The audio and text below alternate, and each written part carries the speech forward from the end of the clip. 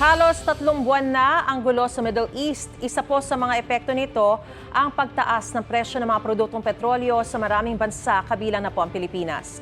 Saan nga ba nanggagaling ang mga produktong petrolyo?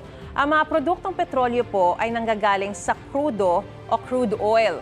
Ang crude oil ay mula sa mga pinaghalong hydrocarbon mula sa mga labi na mga hayop at halaman na nabuhay milyong-milyong taon na ang nakalilipas. Idinadaan po yan sa proseso sa oil refineries para maging petrolyo.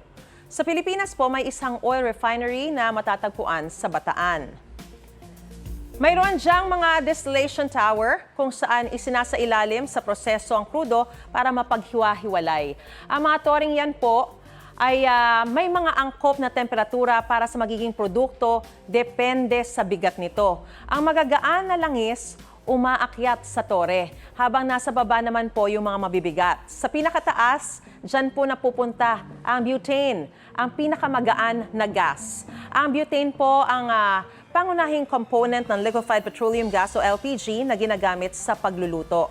Sa ibaba naman ay napupunta ang gasolina na ginagamit sa mga sasakyan gaya ng kotse at SUV.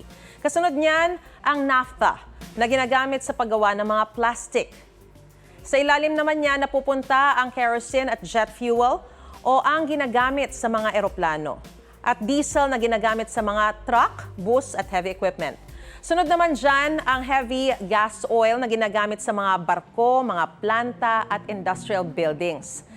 Sa pinakababang layer po ang mga residue o tira-tira mula sa krudo na pwedeng gamitin sa steam-powered vessels at industrial purposes. Pagkatapos ay dadaan po sa distillation tower, dadaan sa conversion at treatment ang mga pinaghiwa-hiwalay na gas bago tuluyang maging finished products. Noong nagkagulo po sa Middle East at nagkulang ang supply ng petrolyo sa Pilipinas, dumating sa bansa noong Marso ang nasa 700,000 bariles ng krudo mula sa Russia. Kaya nagkaroon po tayo ng mga karagdagang produktong petrolyo.